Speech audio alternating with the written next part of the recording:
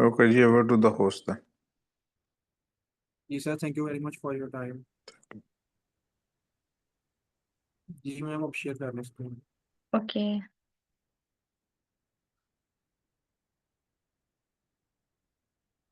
सो अस्सलाम वालेकुम एवरीवन। आज हमारी जो प्रॉब्लम है वो है रोटेट इमेज।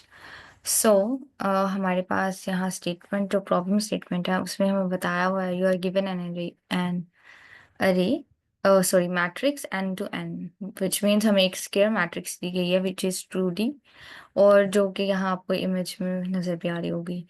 सो हमें क्या करना है, हमें इस मैट्रिक्स को रोटेट करना है by 90 degrees in a clockwise direction. हमें अपनी मैट्रिक्स को 90 डिग्री क्लॉकवाइज डायरेक्शन में रोटेट करना है, लाइक दिस, कि हमारा जो फर्स्ट रो है वो लास्ट कॉलम में आ जाए, जो सेकंड रो है वो सेकंड कॉलम में आ जाए, और जो थर्ड रो है वो फर्स्ट कॉलम में आ जाए। लाइक अगर मैं आपको एग्जांपल दूं,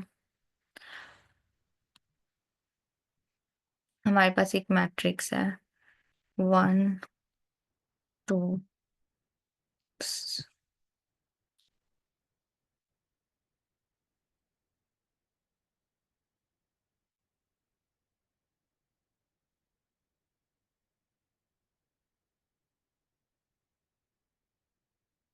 सो अब मेरे पास एक मैट्रिक्स है, अब मैं इसको चाहती हूँ मैं रोटेट करूँ। लाइक हम रोटेट करने के लिए पहले क्या करेंगे, अपनी मैट्रिक्स का ट्रांसपोज लेंगे। आई गेस मैथ्स में आप सबने पढ़ा होगा कि हम ट्रांसपोज कैसे लेते हैं। अगर किसी को नहीं पता सो यू कैन आस्क, या अगर किसी को आइडिया है तो वो अपना पॉइंट ऑफ व्यू शेयर कर सकता है।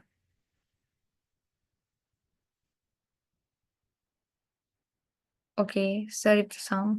जी मैम, अच्छा ट्रांसपोज तो यही था कि जो रोज है हमारे पास उनको कॉलम में कर देते थे हम, और कॉलम को रोज में।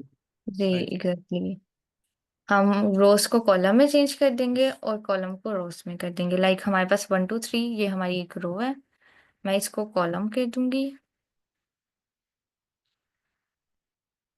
जो सेकंड रो है उसको भी एक कॉलम कर दूंगी। मेरी ट्रांस एनोटेशन बहुत बुरी है, सॉरी, बट मैं फर्स्ट टाइम कर रही हूँ।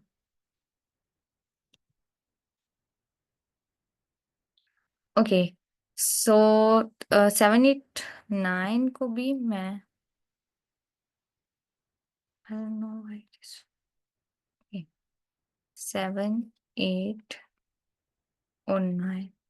अब मैंने क्या किया है, मैंने अपनी जो रोज हैं उनको कॉलम में चेंज कर दिया है। लेकिन आप देखेंगे इधर भी डायगोनल हमारा सेम है, और ट्रांसपोज के बाद भी हमारा डायगोनल सेम है। और जब मैं इसे प्रोग्रामिंग में लिखूंगी तो मैं प्रोग्रामिंग में इसको ऐसे लिखूंगी कि हमारी जो लाइक कोड में, कि हमारी जो डायगोनल है उस पे कोई इन्फ्लुएंस ना हो। लाइक अगर मैं अपना कोड रन करती हूँ तो मैं चाहूंगी कि जब मैं ट्रांसपोज लूँ, आप देखेंगे कि 4 2 के साथ चेंज हो गया है, 3 7 के साथ हो गया है, और 1 मिनट 8 6 के साथ हो गया। लाइक जो मतलब के ऑपोजिट डायरेक्शन में थे वो एक दूसरे के साथ चेंज हो गए हैं। लाइक अगर मैं इधर आपको एग्जांपल दूं, ये 0 था, ये 1 थी रो, ये 2, ये 0, ये 1, ये 2। फॉर एग्जांपल ये मेरी ए मैट्रिक्स है, तो इसमें ए पोजीशन पे जो 0, जो 0 कॉल अरे और फर्स्ट कॉलम में था, लाइक जो 2 था मेरा, वो चेंज हो गया 4 के साथ, विच इज माई 1, जो कि मेरी फर्स्ट सॉरी फर्स्ट रो, और 0 कॉलम में है फर्स्ट। ये दोनों एक दूसरे के साथ स्वैप हो गए हैं। तो अब मुझे, अगर मैंने अगर सॉरी, तो अगर आपको इधर तक कोई किसी को कंफ्यूजन है तो वो पूछ सकता है।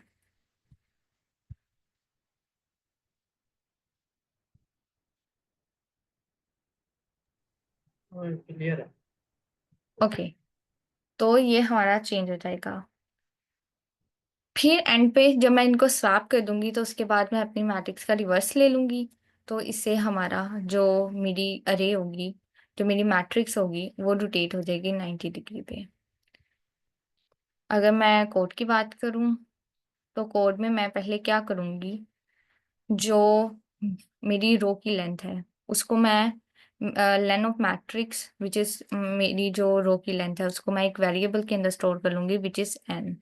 और उसके बाद फिर मैं एक लूप चलाऊँगी जिस लूप में मैं ये मैट्रिक्स की लेंथ तक चलाऊँगी for i in a range n, जो कि मेरी मैट्रिक्स की लेंथ तक चलेगा विच इज़ 3। और यहाँ ये स्टार्ट आइटरेट i की वैल्यू यहाँ होगी 0 because it will start iteration, क्योंकि मैंने इधर कोई इसको स्टार्टिंग और एंडिंग पॉइंट नहीं दिया, तो ये 0 से ही स्टार्ट होगा। और मैं चाहूँगी कि जो मेरा कॉलम है उसमें जो आइटरेशन है वो मेरी स्टार्ट हो i+1 से। वो क्यों? क्योंकि मुझे i+1 मैं इसलिए कर रही हूँ because I want it to swap के जो उसकी नेक्स्ट वैल्यू है। लाइक अगर मेरी जो रोक में 0 पे पड़ा है, मैं उसको जो सी दूसरी लूप चला रही हूँ उसकी मैं i+1 वैल्यू में उसको मतलब कि स्वैप करा दूंगी। तो जो यहाँ 0 आई होगा वो यहाँ आके 1 हो जाएगा। एंड इन दी एंड मैं क्या करूंगी, जो i और j की वैल्यू होगी उसको मैं आपस में स्वैप करा दूंगी। लाइक अगर यहाँ मेरे पास 0 और 1 है तो वो स्वैप होके j की वैल्यू 1 हो जाएगी। यहाँ मेरा i 1 है और j 0 है, तो यहाँ मेरी j की वैल्यू 1 हो जाएगी और i 0 हो जाएगा, और ये मैं इनको स्वैप करा दूंगी। यहाँ तक समझ आ गई?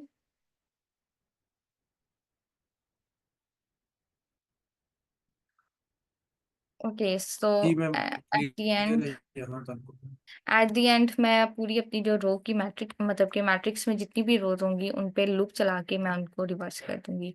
तो हमारे पास जो होंगी वो रिवर्स हो जाएंगी। लाइक जो हमारी फर्स्ट, जिस तरह मैंने बताया था, जो हमारी फर्स्ट रो है वो लास्ट कॉलम हो जाएगा, जो सेकंड होगी रो वो सेकंड कॉलम हो जाएगा, और जो थर्ड लास्ट रो थी वो फर्स्ट कॉलम आ जाएगा। तो इधर इसको हम रन करके देख लेते हैं।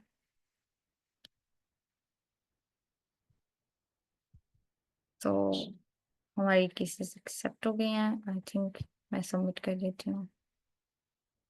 सो ये छोटी सी प्रॉब्लम थी एक।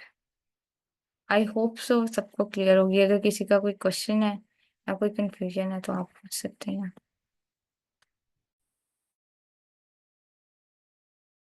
अच्छा मैम, क्वेश्चन दिखाइएगा एक मिनट। जी, एक मिनट,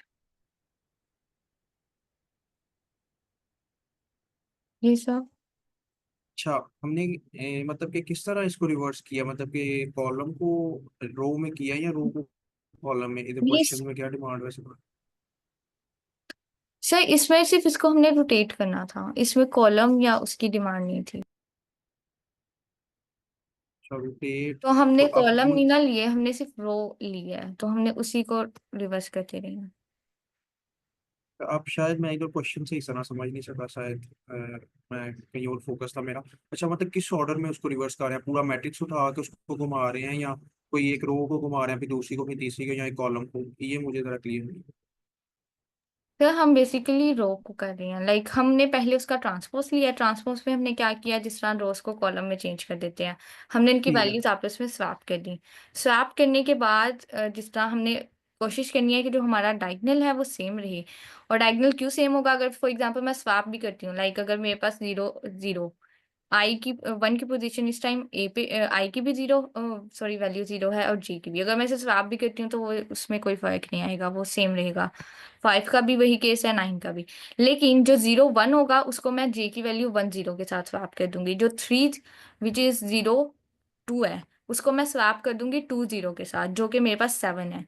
और जो मेरा सॉरी, हाँ 6 2 4 7 3 6 8, और 6 8 को मैं स्वैप कर दूंगी लाइक सॉरी 1 3 को मैं स्वैप कर दूंगी 3 1 के साथ, जो कि 6 और ठीक 8 है, को मतलब आपस में स्वैप हो मतलब ये जाए। हर हर दो वैल्यूज को जाके स्वैप करता स्वैप कर जाएगा फिर देगा इस तरह। जी। और एंड पे आके वो पूरी मैट्रिक्स को मैंने उसको रो दे के एक लूप चला दी, और मैंने उससे कहा कि मेरी जितनी भी रोज है उनको रिवर्स कर दो, तो उसने रिवर्स कर दिया।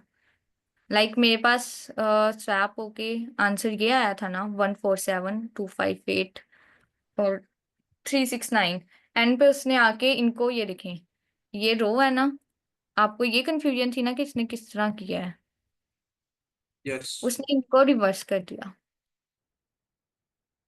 लाइक 1 2 3 को वो एंड पे ले गया, 4 5 6 क्योंकि मिड में था, उसकी पोजीशन यही रही, 7 8 9 पे आ गया।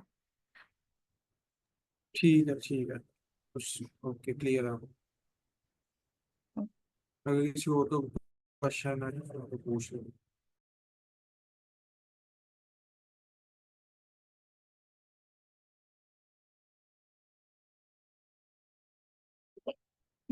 अगर किसी का क्वेश्चन नहीं है फिर सर आप अपना प्रेजेंट कर लो। चलो ठीक है, मैं स्क्रीन शेयर कर देता हूँ।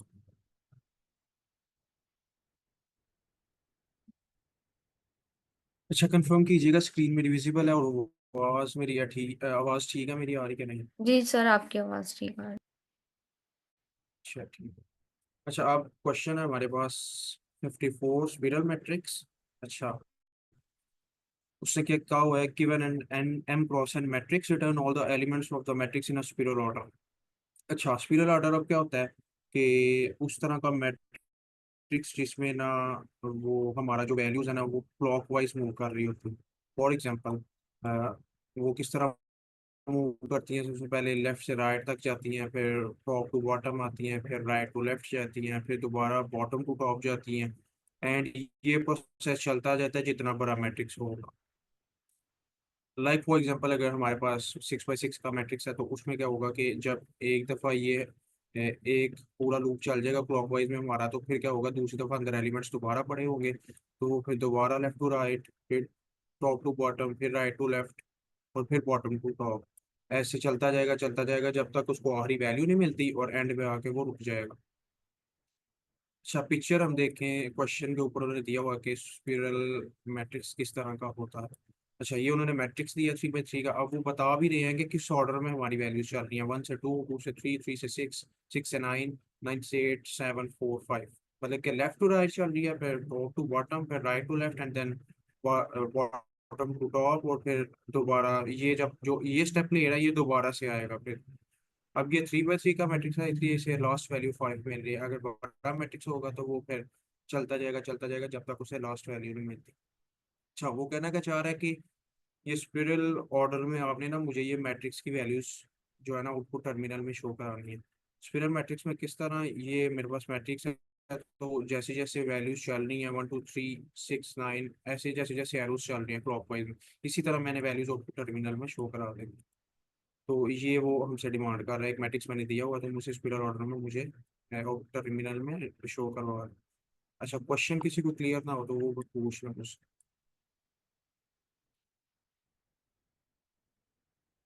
यस अगर किसी को क्वेश्चन क्लियर नहीं है तो वो पूछ लें मुझसे। क्लियर है सर।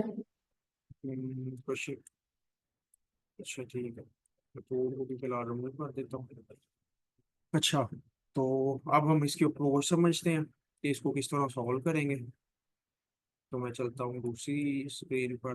अच्छा अब ये मैंने वो मैट्रिक्स ले लिया है 3 बाई 3 का जो उसने हमें ना दिया हुआ है क्वेश्चन के अंदर। अब मुझे पता है कि जो स्पिरल जो मैंने मैट्रिक्स है वो मेरा किस ऑर्डर में चल रहा होता है, left to right, top to bottom, right to left, and bottom to right, और फिर ये चलता रहेगा जो जो जितनी वैल्यूज जितना बड़ा मैट्रिक्स हो। ये मैंने जो 6 का मैट्रिक्स भी लिखा हुआ है इसमें अगर मैं देखूँ तो left to right, top to bottom, right to left, bottom to top, ये मेरा एक लूप पूरा एक सिनेरियो चल गया मेरा। मैंने पहले इसको लेफ्ट के लिए चलाया, लेफ्ट से राइट के लिए, फिर टॉप से बॉटम के लिए, फिर राइट टू लेफ्ट के लिए, फिर बॉटम टू टॉप के लिए। अब तो दोबारा फिर मैं लहदा चलाऊंगा लेकिन वो साथ ही है, for example left to right फिर मेरा चलना पड़ेगा क्योंकि मैंने एक मैट्रिक्स ऑर्डर में चलना है, तब तक चलना है जब तक मेरा जो मैट्रिक्स खत्म नहीं हो जाता, स्पिरल ऑर्डर में मैंने तब तक चलना है। दोबारा टॉप टू बॉटम आया, राइट टू लेफ्ट, तो इधर आके उसे वैल्यू जब 9 मिलेगी तो वो इधर रुक जाएगा। अगर मेरे पास 6 बाई 6 का मैट्रिक्स है तो मैंने इस तरह चल के ये सारी वैल्यूज अपनी लिस्ट के अंदर या अरे के अंदर उसको आउटपुट टर्मिनल में डिस्प्ले करानी है। ये सारी वैल्यूज इस ऑर्डर में चलती जाएंगी जिस तरह मैंने ये बनाया है। सा अच्छा अब इसकी अप्रोच क्या है, इस तरह इसको सॉल्व करना है। तो इसमें सबसे पहले मैं अगर इसको रेज करूँ तो अच्छा, अब मैंने क्या करना है कि सबसे पहले मुझे अब चाहिए इधर, तो इसको कर लो इधर। अच्छा, सबसे पहले मुझे अब इसमें पॉइंटर चाहिए। 4 पॉइंटर मैं इसमें लूंगा क्योंकि मैंने हर एक स्टेप के लिए आइटरेट करवाना है, लेफ्ट टू राइट के लिए, टॉप टू बॉटम और एंड सो ऑन। अच्छा, अब मैं क्या करता हूँ कि सबसे पहले मैं अपना एक पॉइंटर रख लेता हूँ और उसको मैं रखता हूँ। अच्छा, उसको मैं इस साइड में रख लेता हूँ और इसको मैं नाम दे देता हूँ, मेरा टॉप पॉइंटर है, मैंने टी के साथ इसको मैं इनिशियलाइज करवा लिया। और एक बॉटम जो पॉइंटर मैं रख लेता हूँ उसको मैं लास्ट वाली रो में रख लेता हूँ, जिसको मैं बी का नाम दे देता हूँ। एक पॉइंटर मैं रख लेता हूँ लेफ्ट पॉइंटर के नाम का और उसको मैं अपनी पहली कॉलम पे रख देता हूँ। और लास्ट वन पॉइंटर मैं एक और इनिशियलाइज करवाऊंगा और इसको मैं रख देता हूँ राइट पॉइंटर का नाम दे के, और ये मेरा तीसरी कॉलम पे रख देता हूँ इसे। अब आप में से कोई मुझे बताइए कि ये जो मेरे डिफरेंट नंबर ऑफ पॉइंटर्स जो मैंने इस टाइम प्लेस किए हैं, इनका मेरा ये किस इंडेक्स पे पड़े हैं मेरे पास, पहली तो ये बात बताएं। अच्छा, सबसे पहले बताएं मेरा जो टॉप पॉइंटर है जो मैंने रखा हुआ है वो किस इंडेक्स पे पड़ा। 0 इंडेक्स पे। बिल्कुल, 0 इंडेक्स पे पड़ा हुआ है, तो मैं इसको इधर लिख लेता हूँ, टी इक्वल मेरा पड़ा है 0 पे। टी उसको पिक कर लेते हैं। अच्छा, और बॉटम पॉइंटर कोई बताएगा वो किधर पड़ा हुआ है। और 2 पे। ठीक है सर, वो भी अगर काइंडली थोड़ा सा, अगर कोई न्यू है तो उसको बताएं किस तरह आपको पता चल रहा है कि ये 0 पे पड़ा हो या 2 पे पड़ा हो। इंडेक्सिंग शुरू होती है फर्स्ट एलिमेंट से, 0, फिर 1, फिर 2, ठीक है कॉलम बस, वाइज।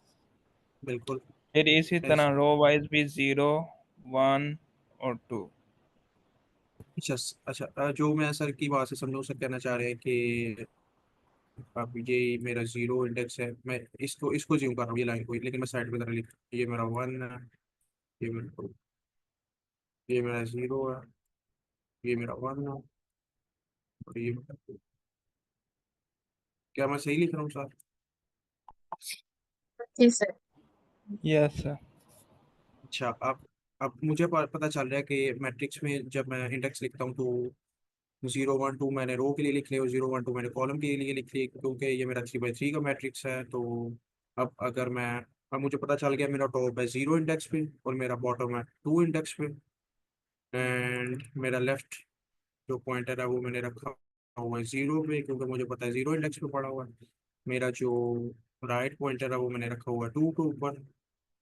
अच्छा, अब ये मैंने 4 पॉइंटर रख ली है, मैंने इसलिए रखी है कि मैं, क्योंकि मुझे पहले लेफ्ट से राइट मूव करना है और फिर ये जो मेरी जो मैट्रिक चल रही है या मेरे पास जो रो है 0 इंडेक्स पे, इसको मैंने पहले अपनी लिस्ट में स्टोर करवाना है, क्योंकि अगर मैं स्टोर करवाऊंगा तो फिर ही मैं टोटल स्पिरल मैट्रिक्स ले सकूंगा इस।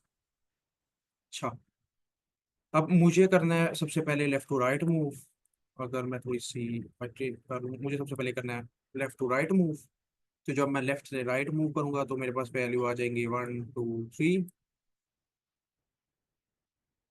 अच्छा, 1 2 3 करूंगा तो अब मुझे पता है कि मैं अब पहली वाली रो को आइटरेट कर चुका हूँ, अब मुझे जाना है अगली वाली रो के ऊपर, क्योंकि हो सकता है मैट्रिक्स 6 बाई 6 का हो सकता है 9 बाई 9 का हो, तो उसको फॉर एग्जांपल ये भी तो है ना, ये दूसरी रो भी तो मेरे पास पड़ी है ना, ये जो मैंने इधर लिखी। अब इसके लिए मैं क्या करूंगा कि जब मेरी पहली रो आइटरेट हो जाएगी तो मैं टॉप पॉइंटर को कह दूंगा कि भाई तुमने आगे वाली रो पे चला जाना है, क्योंकि हो सकता है कि मेरा मैट्रिक्स कितने नंबर ऑफ डायमेंशंस का हो।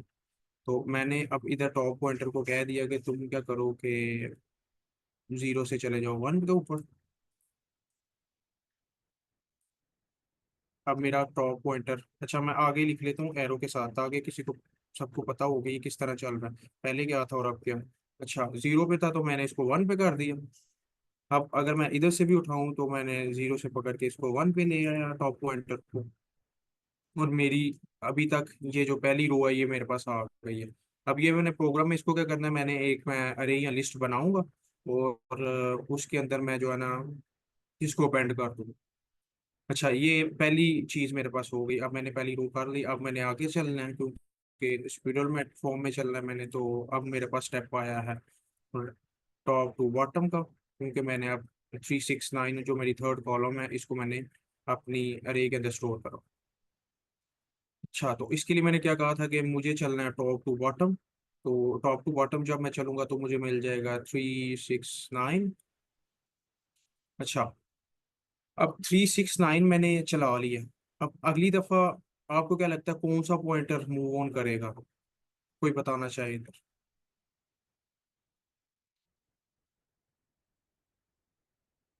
अच्छा, मैं कहना चाह रहा हूँ कि मैंने फॉर एग्जांपल अब रो चल आई लिया, थिंक अब मैं राइट कॉलम। करेगा सर, राइट डिक्रीमेंट होगा। अच्छा, राइट अब किधर करेगा आगे? तो बिल्कुल आगे तो कोई रो पड़ी नहीं है मेरे पास, तो डिक्रीमेंट राइट मेरा होगा ये जो सर, राइट पॉइंटर मैंने पीछे रखा हुआ है जाएगा। ये मेरा करेगा डिक्रीमेंट। बिल्कुल, यस। Why not increment? क्योंकि आगे कोई कॉलम पड़ी नहीं है मेरे पास, तो ये आ जाएगा 1 इंडेक्स के ऊपर। तो अब मैंने राइट पॉइंटर मेरा जो 2 पे था तो इसको भी मैं अपडेट कर लेता हूँ, 2 से ये हो गया 1 पे। अच्छा, 2 से हो गया 1 पर। अब 2 स्टेप तो मेरे पास हो गया। मैंने पहली वाली करवाई, दूसरी वाली अब इसको भी सेम पहले की तरह मैं अपेंड फंक्शन यूज करके इसको कहूंगा कि इसको भी तुम जो है ना ये वाली मेरी कॉलम को इसको तुम अरे के अंदर फेंक दो। अच्छा, ये भी हो गया। अब तीसरा स्टेप है मेरे पास, मैंने करना है राइट टू लेफ्ट मूव, क्योंकि होप्स हो के स्पिरल का फंक्शन आप समझ गए होंगे कि स्पिरल किस तरह काम कर रहा है, किस तरह चल रहा है। तो इधर अब राइट टू लेफ्ट मैंने जाना है, तो मुझे 987 प्रिंट करवाना है और अरे या लिस्ट के अंदर इसको अपेंड करवाना है। जब मैंने ये ले लिया, ये सारा काम फॉर लूप कर रहा है। ये जो मैं आइटरेट कर रहा हूँ ना, इधर से इधर इधर से इधर, फर्स्ट लाइन के लिए लूप आइटरेट करेगा, सेकंड के लिए करेगा, अब तीसरी के लिए मैं उसको कह देता हूँ। तो वो क्या करेगा कि 789 मुझे अपेंड करवा देगा मेरी अरे या लिस्ट के अंदर। अब फॉर एग्जाम्पल मैंने ये भी स्टेप ले लिया। तो व्हाट यू माइट थिंक के अब कौन सा पॉइंटर मेरा अपडेट होगा? अब बी होगा, ऑब्वियसली बॉटम यस, वाला। बॉटम पॉइंटर, क्योंकि मेरी बॉटम वाली रो के अंदर मैं काम कर रहा हूँ, तो मेरा बॉटम 2 से अपडेट होके हो जाएगा 1 के ऊपर। अच्छा, अब बी भी मेरा 1 हो गया है और राइट पॉइंटर भी मेरा 1 पे आ गया है। टी पॉइंटर भी मेरा 1 पे आ गया है, मेरा लेफ्ट पॉइंटर भी मेरी 0 इंडेक्स के ऊपर। लेकिन अभी मेरी फिर भी जो टोटल बॉक्स है वो मेरा कंप्लीट नहीं हुआ, अभी भी मेरी एक साइड बची है। तो एक साइड बचने के लिए अब मैं क्या करूंगा कि अब मुझे बॉटम टू टॉप भी जाना है, क्योंकि अब मेरा ये 4 एलिमेंट अभी मिसिंग है, उसके बाद मेरा अंदर वाला एलिमेंट 5 भी पड़ा है। अब मैंने टॉप टू बॉटम मूव करना है, तो वो फिर 741 ये जब 4 लिखेगा तो मेरी एक कंप्लीट बॉक्स कंप्लीट हो जाएगी। अब जब मेरा ये बॉटम टू टॉप चला तो अब मेरा लेफ्ट पॉइंटर चूंकि अब 0 पे था, तो ये भी मेरा मूव कर जाएगा 1 इंडेक्स के ऊपर, क्योंकि हो सकता है अगली दफा बड़े मैट्रिक्स की दफा ये मुझे दोबारा चलना पड़े, तो फिर मेरा लूप जो है ना या मेरा पॉइंटर है वो अगली इंडेक्स पे मूव ऑन होना चाहिए। अब अब मैंने लेफ्ट पॉइंटर को भी जो है ना वो करना है अपडेट। तो मेरा लेफ्ट पॉइंटर भी हो गया 1। अच्छा, हाँ 1, जीरोस पे चला गया 1 के ऊपर। अच्छा, ये क्यों मेरा बी पॉइंटर पीछे की तरफ मूव कर रहा है या मेरा जो राइट पॉइंटर पीछे? क्योंकि बॉटम में अगली रो भी कोई नहीं है उसके पास, और जो कॉलम है मेरे पास उसके पास अगली कोई कॉलम भी नहीं है। अब उसको बैक मूव करना पड़ेगा, तो वो राइट पॉइंटर भी पीछे आएगा, बॉटम भी पीछे आएगा।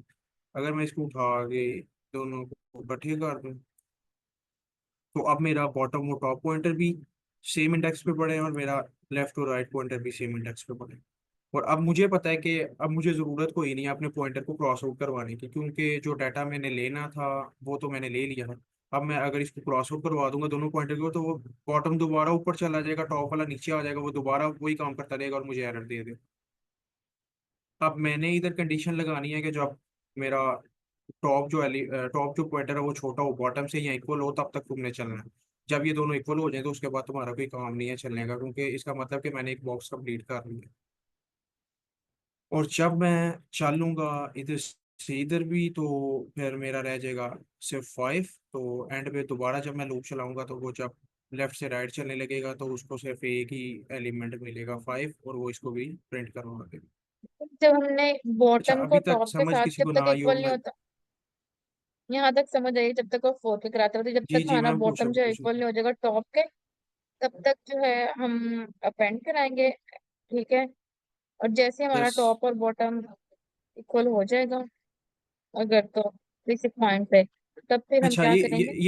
ये क्यों मैं अच्छा, ये क्यों मैं कंडीशन लगा रहा हूँ कि तब तक चलना है जब तक मेरा लेफ्ट पॉइंटर राइट के इक्वल आता है, या लेफ्ट पॉइंटर छोटा रहता है राइट से। इसलिए कि अगर तो मैं फॉर एग्जांपल ये कंडीशन नहीं लगाऊंगा तो बी तो मेरा ऊपर चला जाएगा, टी मेरा नीचे आ जाएगा, जब ब्लू पॉइंटेड होगी तो वो तो एरर देगा, तो वो तो मेरा सही काम ही नहीं करेगा। पहली बात तो ये, इसलिए मैंने इधर कंडीशन लगा दी कि भाई जब ये दोनों इक्वल हो जाएंगे तो तुम्हारा काम है कि उधर ही प्रोग्राम को स्टॉप करना, और जो सेंटर वाली वैल्यू रहेगी या वो पहला वाला सिर्फ लूप चलेगा, और जो चेक करेगा व्हीकल आ गया तो वो फिर 5 को प्रिंट करा के अपनी हमें जो अपनी वैल्यूज अपेंड करवा रहे हैं लिस्ट के अंदर, वो हमें रिजल्ट दे देगा। इसकी अब समझ आई?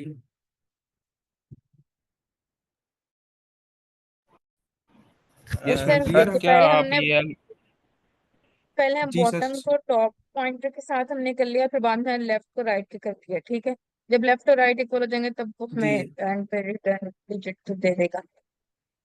बिल्कुल, जब ये इसकी दोनों वजह पॉइंटर से इक्वल हो जाएंगे तो ये क्या करेगा कि हमें जो हमारा पूरा मैट्रिक्स स्पिरल बना होगा, स्पिरल फॉर्म में जो वैल्यूज मिली होंगी वो हमें रिटर्न करवा देगा। जी जी, सर आपका कोई क्वेश्चन है? सर क्या आप मैंने थोड़ा देर से ज्वाइन किया था, तो आप ये मुकम्मल एल्गोरिदम एक दोबारा से अच्छा, मैं रिपीट कर ओवरव्यू सकते दे हैं? देता हूँ, दे देता हूँ ओवरव्यू दे देता हूँ। Okay।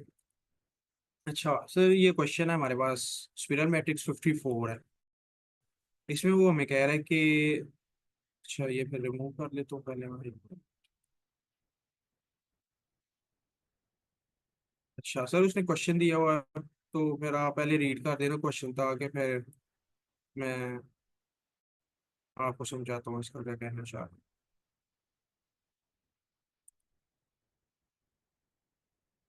अच्छा, मैं ही कर देता हूँ फिर। अच्छा, given and N cross M matrix return all the elements of the matrix in spiral order. अब ये आपको पता है ना मैट्रिक्स तो क्या होता है। अब इधर मेरे पास 3 बाई 3 का मैट्रिक्स है, 3 रोज एंड 3 कॉलम। अच्छा, स्पिरल क्या होता है कि मेरे पास जो ऑर्डर चल रहा होता है वो क्लॉकवाइज चल रहा होता है।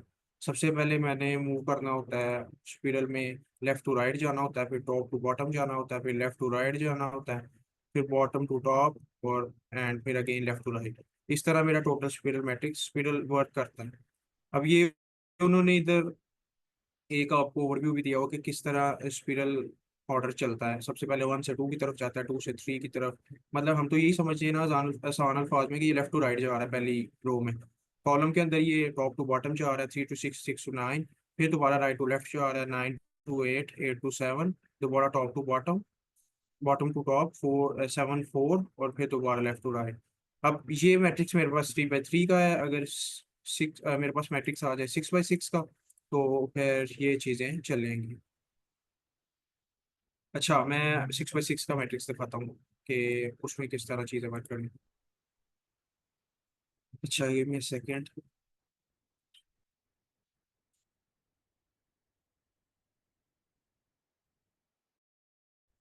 अच्छा, अब मेरी ये दूसरी वीडियो आपको शो हो रही होगी, और ये जो 6 बाई 6 का मैट्रिक्स है ये भी शो हो रहा होगा। अच्छा, अब इधर अगर अब मैं आइटरेट करूँ तो यहाँ एनोटेशन करूँ, मैंने क्या कहा था कि स्पिरल क्लॉकवाइज ऑर्डर में चलता होता है। क्लॉकवाइज मतलब लेफ्ट टू राइट, फिर ऐसे ऐसे घूमता रहेगा घूमता रहेगा।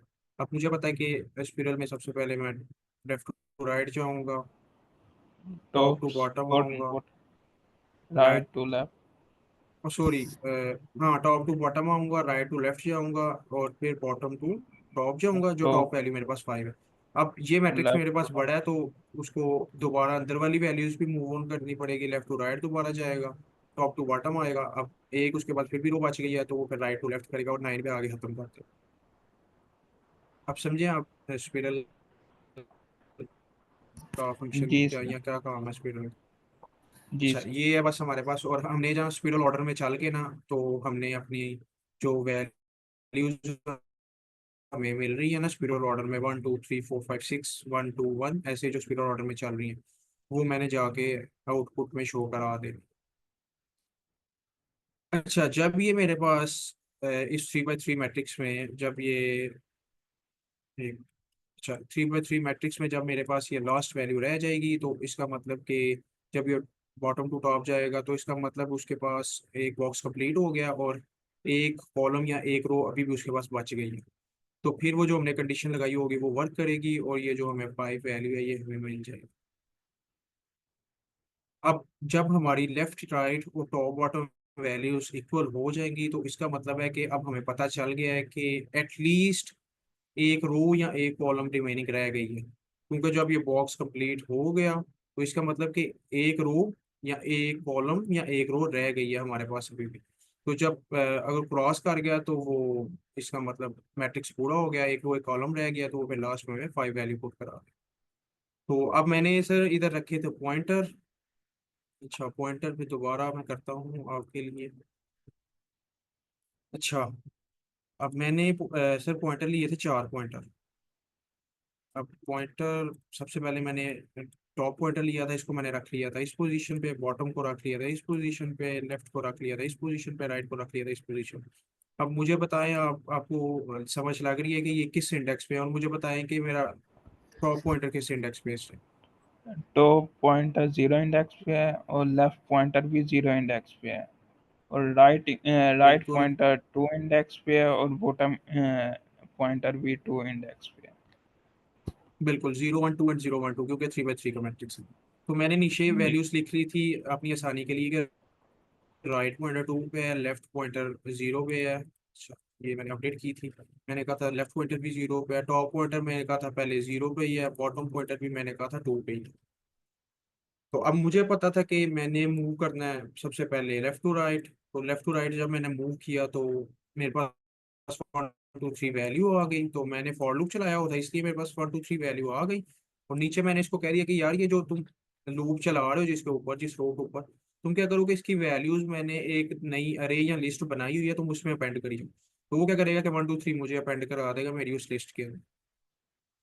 अब मुझे पता है उसके बाद मैंने चलना है टॉप टू बॉटम, तो 3 6 9 जब आएगा तो मैंने अगेन वही प्रोसीजर उसको कहा कि भाई ये जो वैल्यूज आ रही हैं ये तुम क्या करो कि साथ साथ अपेंड कराई जाओ मेरी लिस्ट यहाँ रे के अंदर।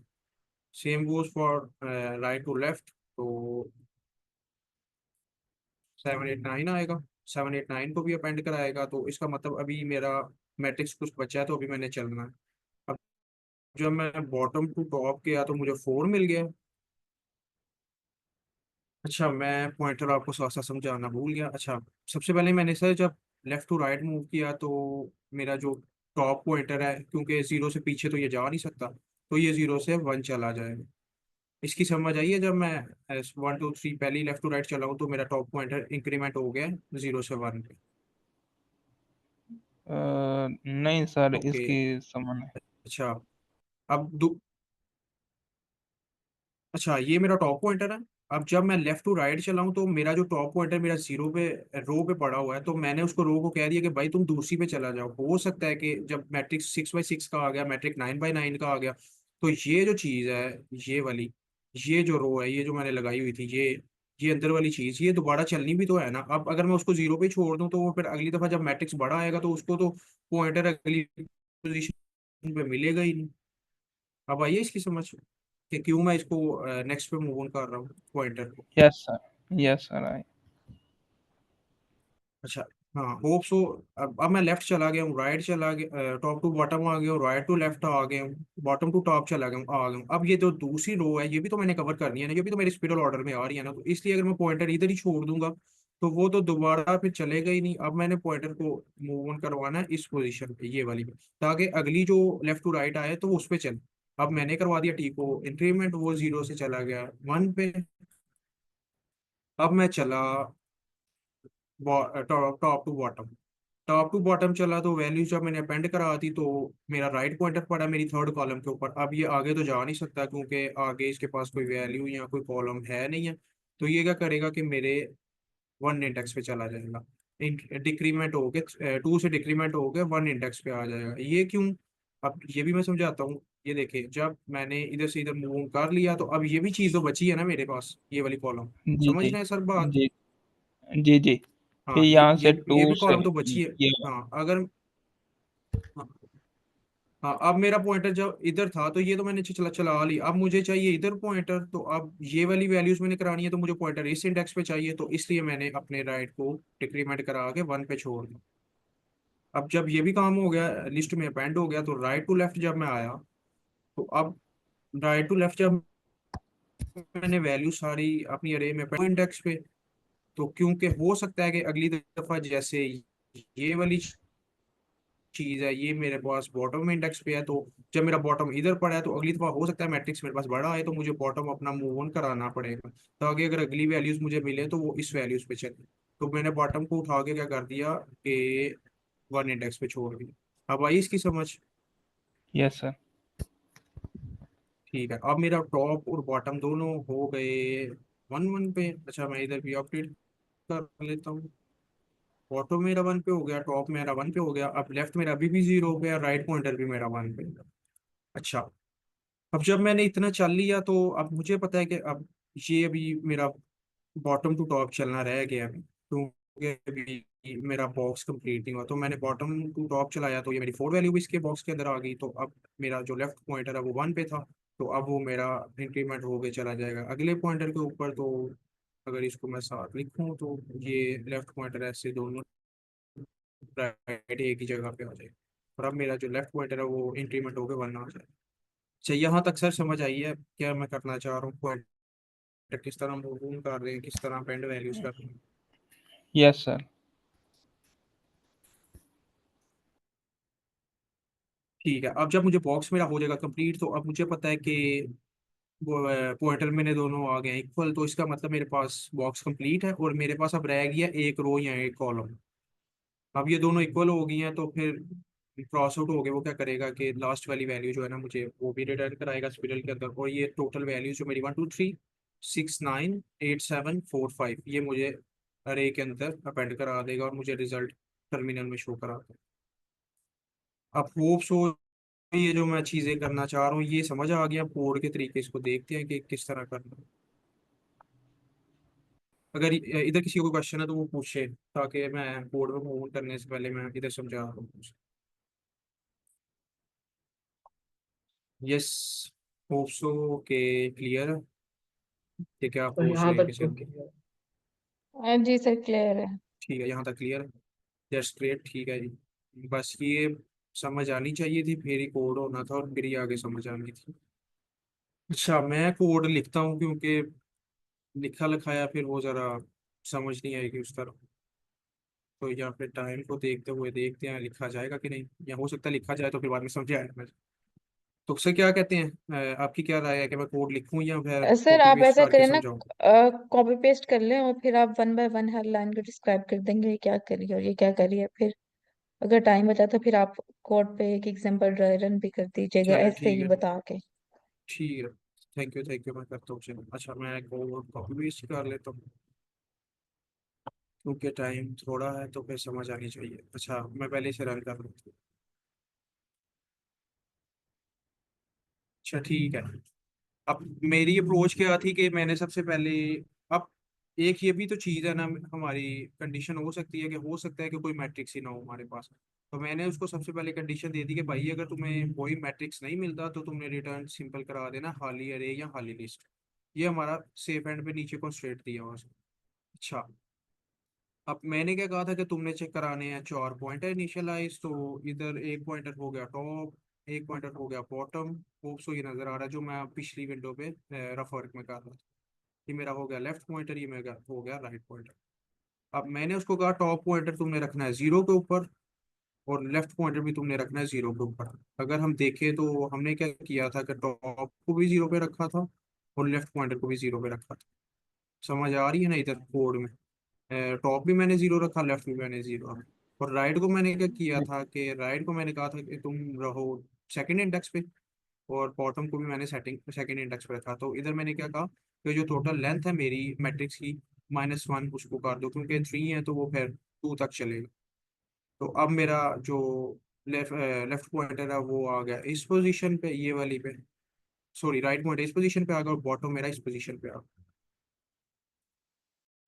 अब मेरे पास इंडेक्स है 0 1 2, तो मैंने उसको कहा कि जो 0 1 2 लेंथ है, लेंथ मेरी 3 है, 3 - 1 2 हो गया, तो 0 1 2 तक चलेगा। इसकी समझ है? होप सो ये बेसिक चीज़ है, ये इसकी समझ आप, अगर नहीं है तो फिर पूछे इसका, ठीक है ना इसका। Yes sir. जी अच्छा सर। मैंने उसको, अच्छा लेंथ मैट्रिक्स -1 और लेंथ मैट्रिक्स -1, तो वो जो मैंने बॉटम और आपको राइट पॉइंटर बताया वो उस पोजीशन पे आ जाएगा। अच्छा सेकंड बात याद हो आपको, मैंने कही थी कि जब मेरे दोनों या चारों पॉइंटर एक ही पोजीशन पे आ जाएं तो तब तो इसको रन नहीं करना चाहिए, इसका मतलब कि एक बॉक्स कंप्लीट हो गया। तो मैं एक कंडीशन लगा देता हूँ कि भाई जो टॉप जो है वो जब तक छोटा है बॉटम से और इक्वल है तब तक तुमने चलना है, and same goes for left, जब तक छोटा है राइट से और इक्वल है तब तक तुमने चलना है।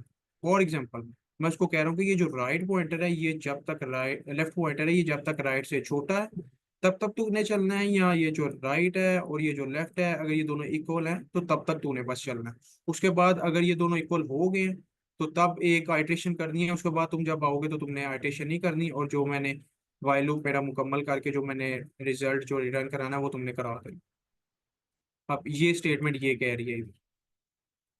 अब मैंने क्या कहा था कि मैं अपनी फर्स्ट रो के लिए फॉर लूप चलाऊंगा, तो मैंने फॉर लूप जब चलाया 1 2 3 के ऊपर, तो मैंने उसको कहा for I in range left, left मेरा था 1 के ऊपर, लेफ्ट से लेके तुम चलो राइट +1, राइट मेरा था 2 इंडेक्स के ऊपर, लेकिन वो एक वैल्यू कम लेता है तो मैंने उसको राइट +1 कह दिया। अब ये क्या करेगा कि 1 2 3 तक चलेगा।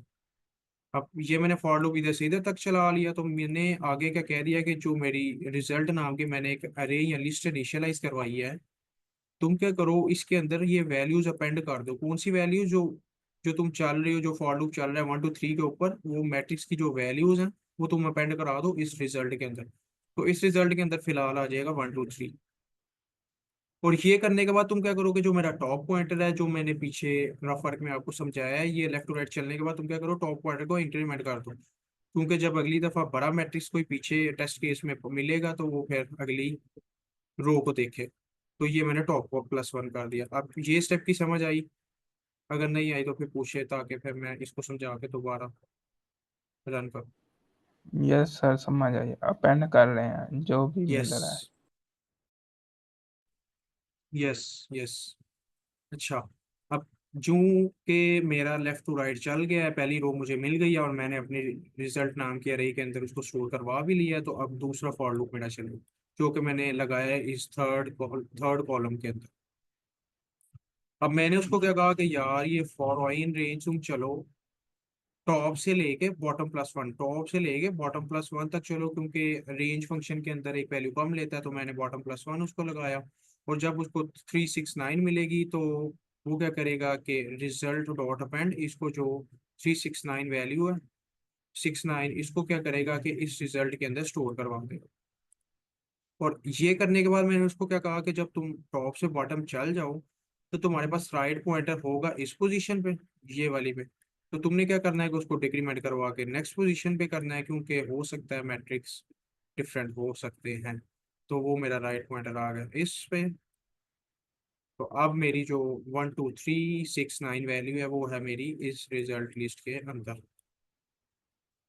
और मेरा राइट पॉइंटर भी डिक्रीमेंट हो गया। अच्छा अब नेक्स्ट है, अब नेक्स्ट मैंने उसको क्या कहा है कि भाई अब साथ साथ तुमने चेक भी करना है, हो सकता है कि ये मेरा टॉप जो पॉइंटर है जो मेरा टी रखा हुआ था वो अब मेरा 1 इंडेक्स पे है, हो सकता है ये इक्वल हो सकते हैं, हो सकता है इक्वल हो गए हूँ। तो तुमने क्या करना है, क्रॉस चेक पहले कर लेना है कि टॉप बॉटम से छोटा ही है ना अभी, कि यहाँ टॉप बॉटम से इक्वल है अभी। तो उस पे अब जब मैंने राइट लूप फॉर लूप चलाया अपना राइट टू लेफ्ट मूव करने के लिए, तो मैंने क्या कहा कि for I in range, right से तुमने चलना है लेफ्ट -1 की तरफ, और -1 का मतलब कि तुमने चलना है रिवर्स ऑर्डर में, क्योंकि 7 8 9 तो हम चल नहीं रहे, और जब हम अरे या किसी चीज को रिवर्स करना चाहते हैं तो आपको पता होगा कि रेंज में हम -1 का एलिमेंट यूज करते हैं। तो वो क्या करेगा कि रिवर्स से मुझे 9 8 7 तक चलेगा, राइट टू लेफ्ट चलेगा, और मैं क्या कहूँगा कि उसको तुम इसको रिजल्ट डाटा अपेंड करा दो इस मैट्रिक्स को जो हम चल रहे हैं जिस पे अभी बॉटम से लेके आई तक। तो ये क्या करेगा कि इधर से लेके इधर तक आई फॉर लूप चलेगा और वो 987 हमें इस लिस्ट के अंदर अपेंड करा देगा।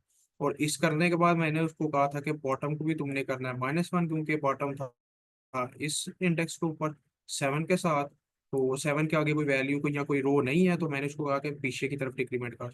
तो वो मेरा अब ये 4 पे आ जाएगा। ये इधर इस साइड में बायर वाली मैं इधर नहीं लिख सकता। अच्छा, बायर इधर मेरा बॉटम इंडेक्स आ जाएगा। अब मेरा बॉटम और टॉप एक ही जगह पे। अब मैंने ये रन कर लिया, ये रन कर लिया और ये रन कर लिया। अब मेरे पास ये तीन जो है ना क्रॉस चेक चल रही है। मैं अब नेक्स्ट स्टेप, अब मैंने नेक्स्ट स्टेप लेफ्ट और राइट पॉइंटर को भी चेक करना है। हो सकता है वो इक्वल हो गए हो, क्योंकि हो सकता है मैट्रिक्स बड़ा हो और ये पहली पहली दफा चल गए हो सकता है मैट्रिक्स 6x6 का हो, तो एक दफा बॉक्स बन गया हो तो दूसरी दफा चल रहा हो। तो मैंने क्रॉस चेक करने के लिए कह दिया कि दोबारा चेक कर लेना है कि लेफ्ट पॉइंटर अभी भी छोटा है ना राइट पॉइंटर से, या इक्वल है। तो उसने चेक किया, हाँ अभी तो छोटा ही है, क्योंकि लेफ्ट मेरा 0 पे पड़ा है और राइट मेरा 1 पे। तो अब मैंने क्या कहा उसको कि फॉर लूप दोबारा चला लो, फॉर आई इन रेंज। तुम क्या करो, रेंज लगा लो, एक बॉटम से चलो ये वाले बॉटम से, और तुमने चलना है टॉप -1 से। टॉप इस टाइम 4 ही है, तो वो क्या करेगा कि बॉटम से ऊपर तक चलेगा। और -1 मैंने क्यों लगाया, क्योंकि आपको पता है हम जब रिवर्स ऑर्डर में चल रहे होते हैं या किसी लिस्ट या किसी अरे को रिवर्स कराना होता है, तो रेंज में हम -1 फंक्शन कॉल करते हैं, -1 वैल्यू कॉल करते हैं। तो वो क्या करेगा कि 7 4 सर मुझे। यस। यहाँ पे हमारा जो बॉटम है वो ऑलरेडी यहाँ 4 के ऊपर होगा, क्योंकि हम ऊपर वाले स्टेप में बॉटम को -1 कर चुके हैं। तो हमारा बॉटम टॉप एक जगह पे होगा, तो फिर वो हमने क्या, ये चलेगी अच्छा हमारी अच्छा लूप। अच्छा अच्छा, मैं बताता हूँ। अभी मैंने अभी ये चला ये, अभी फिर मैंने चला ये, फिर ये मैंने चला ये। अभी बॉटम तो मेरा 2 पे ही है, अभी तो बॉटम मैंने इनिशियलाइज करवा, हाँ बॉटम मैंने -1 कर दिया था, ठीक है। हाँ बॉटम मेरा आ गया था 1 के ऊपर, लेकिन मैंने कंडीशन क्या लगाई हुई थी कि तब तक चलना जब तक दोनों इक्वल हों। अगर दोनों इक्वल ना हो, इसका ठीक मतलब अब तुम्हारे पास कोई मैट्रिक्स या कोई चीज बची नहीं है, या कोई कॉलम कोई रो बचा नहीं है। ठीक। ये इक्वल फंक्शन उस चीज का काम कर रहा है। अगर मैं इक्वल ना लगाता तो फिर तो उसने जो एक रो एक कॉलम या जो मेरी रहेगी होगी, तो उसने तो उसको छोड़ देना। तो इसलिए मैंने इधर उसको कॉल कर दिया कि तब तक चलना है जब तक वैल्यूज इक्वल हो जाएं। हो सकता है दोनों पॉइंटर एक पे ही पड़े हों, तो तब सिनेरियो ये बनेगा कि एक रो या एक कॉलम मेरे पास बच जाएगा। तो अब तुमने उसको भी तो चलाना है ना, आप उसको इग्नोर नहीं कर सकते, क्योंकि हमने चलना है स्पिरिल ऑर्डर में, तो हर एक वैल्यू पे चलना है हमें। तो ये मैंने इधर कंडीशन लगा। अब जब मैंने फॉर लूप चला दिया अपना इधर, तो फिर ये मेरी 7 4 वैल्यूज जो है ये भी मेरी अपेंड होगी उस मेरी रिजल्ट की लिस्ट या अरे के अंदर। तो इसके बाद अब जब मेरा लेफ्ट पॉइंटर 0 पे था, ये मूव ऑन हो गया राइट के साथ आ गया। तो ये दोनों हो गए इक्वल। अब टॉप बॉटम इक्वल हो गए। और अच्छा, इसको थोड़ा सा क्लियर कर देता हूँ ताकि मैसे ही ना लगे ये। अच्छा, अभी यहाँ तक किसी को क्वेश्चन हो या कोई समझ ना आई हो चीज़, तो वो पूछे, फिर मैं जो नेक्स्ट रह गया वो करते हैं।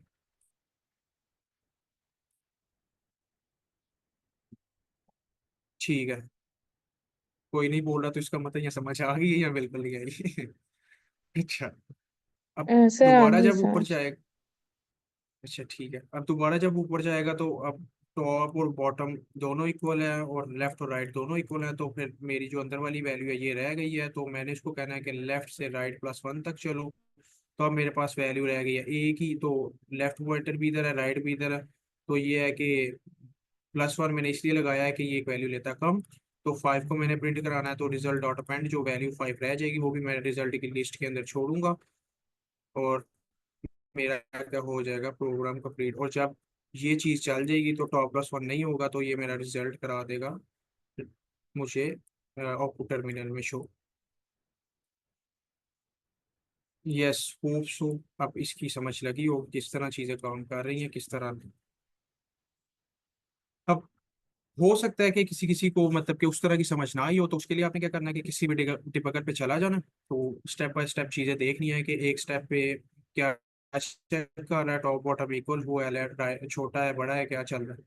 तो वो ये होगा कि आपको स्टेप बाय स्टेप प्रोसीजर की समझ लगेगी कि एक फॉर लूप में क्या काम हो रहा है, दूसरे में क्या काम हो रहा है, तीसरे में क्या हो रहा है, चौथे में।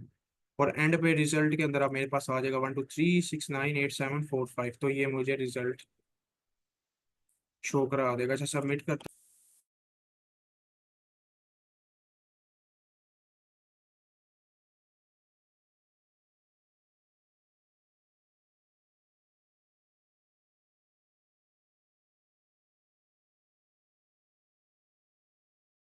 अच्छा, होप सो अब समझ लग गई होगी क्वेश्चन किस तरह काम कर रहा है, टेक्निक क्या है, अप्रोच क्या फॉलो की है।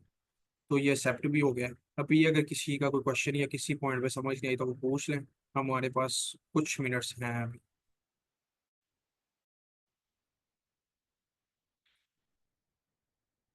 यस, होप सो मुझे लग रहा है कि जैसे खामोशी है, लगता है सब कुछ क्लियर है। ये सब कुछ क्लियर नहीं है। अच्छा, ठीक है। जी सर, तो आपने बहुत अब अच्छा समझाया। एनीवन कोई बता। जी sir, thank you very much. अच्छा, अब रह गई है टाइम स्पेस कॉम्प्लेक्सिटी। कोई बताए कि इस प्रोग्राम की टाइम एंड स्पेस क्या होगी। Yes, anyone n square anyone हो कोई गया भी आई बता थिंक। सकता है किसी भी तरीके। एन स्केयर इसमें वाइल भी हो रहा है, वाइल के अंदर फिर लूप भी है, क्या इसकी क्लियर हो गई है एन स्केयर। अच्छा, anyone any I think other. N square हो गया। अच्छा सर, मैं यहाँ पे कुछ बात ऐड करूँ? अच्छा, वो भी मैम थोड़ा जी सर, आप करते। मेरी आवाज़ सही आ रही? Yes yes, it's crystal clear sir, करें आप। ओके। अच्छा, बेसिकली ना, ये पॉइंट हमने सबने याद रखना है कि जब भी हमारे पास मल्टी डायमेंशनल या मैट्रिसेस का फॉर्म होता है ना, तो अगर हमारे पास वहाँ पे नेस्टेड लूप आता है ना, तो वहाँ पे हम उसको एन स्क्वायर नहीं कहते। और एन स्क्वायर क्यों नहीं कहते? क्योंकि हमें नहीं पता कि हमारे पास रोज एंड कॉलम की लेंथ इक्वल होगी क्यों कि नहीं होगी। एन स्क्वायर का मतलब है एन, अगर लेट्स सपोज हम कॉलम्स ले रहे हैं ना, तो इसका मतलब कॉलम्स की लेंथ के बराबर है।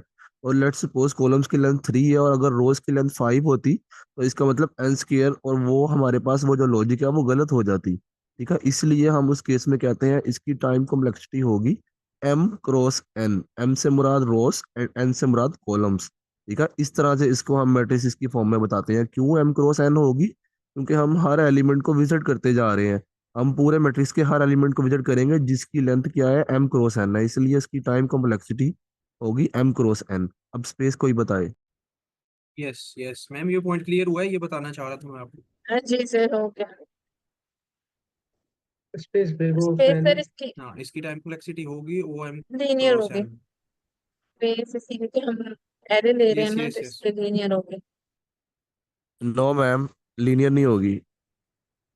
दोबारा देखें। सर वो मुझे मुझे पता है क्या कंफ्यूज कर रहे हैं। ये सारे समझ रहे हैं कि हमने एक नई लिस्ट बनाई है तो फिर उसकी ओपन शायद ले रहे हैं। Ma'am, elements linear. कितने विजिट हो रहे हैं देखें।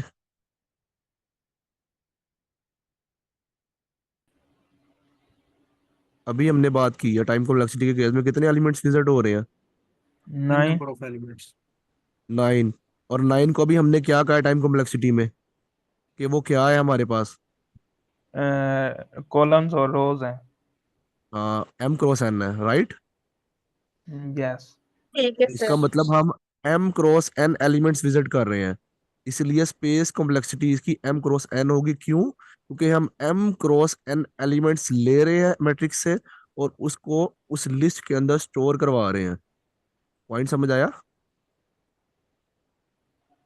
जी सर। इसीलिए इसकी time and space m cross n होगी।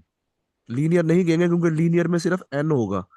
लीनियर और चीज है, मैट्रिसेस यस में लीनियर डिफरेंट चीज है। मैट्रिसेस में most of the time linear नहीं होती टाइम कॉम्प्लेक्सिटी और स्पेस कॉम्प्लेक्सिटी। क्यों नहीं होती? क्योंकि हमारे पास मल्टीपल रोज और मल्टीपल कॉलम्स होते हैं मल्टीपल रोल्स और हमने मल्टीपल हर एक को कॉलम्स। Visit yes. करना होता है।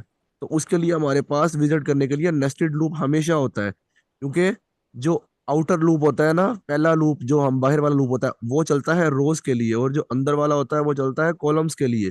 इसलिए मैट्रिसेस में हमेशा हमेशा हमेशा याद रखें एम क्रॉस एन की फॉर्म में टाइम और स्पेस कॉम्प्लेक्सिटी आएगी मोस्ट ऑफ द टाइम। क्यों? क्योंकि नेस्टेड लूप होता है। अब ये पॉइंट आपको आइंदा नहीं भूलेगा इंशाल्लाह। सर मेरा एक यस सवाल था।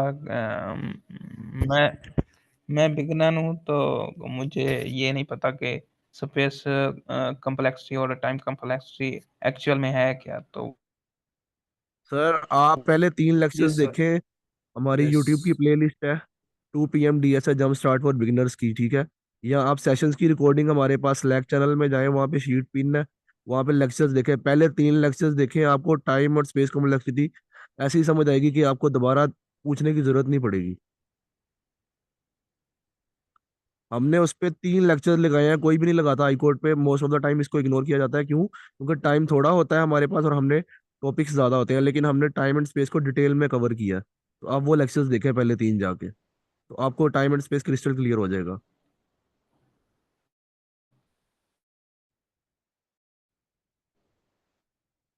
यस यस, इसे उसको किया था step time and space complexity को। तो मुझे से आपको अच्छी भली भावना हो जाएगी और आप आगे हमें बताएंगे कि इसकी स्पेस मुझे ये लग रही है, फिर शायद हो सकता है आप भी हमें सही कर रहे हो। तो वो हाईली रिकमेंडेड है सर। फर्स्ट वीडियोस स्लैक में जाए, शीट पिन है हमारी गूगल शीट, तो उसमें रिकॉर्डिंग मिल जाएगी। सर आपने आज बहुत अच्छा प्रेजेंट किया, मुझे बहुत मजा आया, बहुत अच्छे से समझ आई है। Thank you sir, thank you so much. Yes sir, thank you very much. बस मज़े का प्रॉब्लम था तो थोड़े से, खैर करते भी मज़ा मुझे खुद ही आ रहा था इसको डिस्कस करते हुए, इस तरह चल रहा। Thanks a lot for your kind words. Sir आपने भी ये जो है ना, हो सकता है मुझसे इतना अच्छा एक्सप्लेन ना होता टाइम स्पेस, तो आपने अच्छे से इनको सब क्लियर करवा दिया कि किस तरह चीज़ें वर्क कर रही। तो thanks a lot for that. अच्छा, किसी को कोई क्वेश्चन है तो पूछ ले, वरना वाइंड अप करते हैं, फिर सेक्शन का टाइम भी हो गया तो हम फिर एंड करेंगे। यस, होप सर सो बस कुछ कोड सीखा होगा काफ़ी शेयर अच्छा कर आज। दिया। जी मैं अभी कर देता हूँ सारे इसको लेक्चर के बाद। तो फिर ठीक है, जी वाइंड अप थैंक करते हैं। Thank you you. Very much. Yes, hope so के मज़ा आया होगा आपको आज के सेशन में। सो फिर थैंक्स अ लॉट। ओके, अल्लाह हाफिज़। अल्लाह हाफिज़। अल्लाह हाफिज़ सर।